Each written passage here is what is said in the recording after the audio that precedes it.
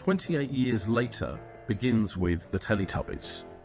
It's a scene in which a bunch of kids are sitting in a room with the door locked, and outside in this house where they are, you can hear the sounds of the unmistakable sound of marauding, blood-spurting, zombie-like creatures that are clearly about to attack them. And the kids are getting more and more distressed, and on the TV they're watching are the Teletubbies, which somehow only adds to the horror and the sense of creepiness in this opening sequence of this belated sequel to 28 Days Later, which came out 23 years ago, confusingly enough. I thought the whole film was a triumph, and in lots of unexpected ways, but what I should mention is the ending. So the last 2 minutes of this film feature Jack O'Connell arriving as a brand new character we haven't seen before, and all I would say is it's one of the most jaw-dropping what the fuck moments I've seen in a film in years, and it will take your breath away, and some will find it too much to deal with, and others will love its audacity.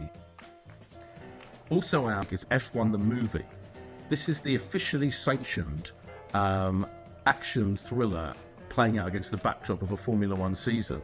The people who made the film are the writer-directing team who made Top Gun Maverick, which of course was such a relentlessly entertaining film, even though it was massively formulaic, that it pretty much saved cinema. And while F1 the movie isn't quite as fantastic as that film, they do a pretty good job of creating fun, interesting, witty, charming characters. Brad Pitt is this guy who's a kind of ex-championship racing driver who's now down on his luck and is roaming from town to town in America in his van, looking for any kind of race to take part in for a bit of cash. And he's asked by his old mate, played by Javier Bardem, to join his Formula One team, which is having trouble surviving because they haven't won one race yet.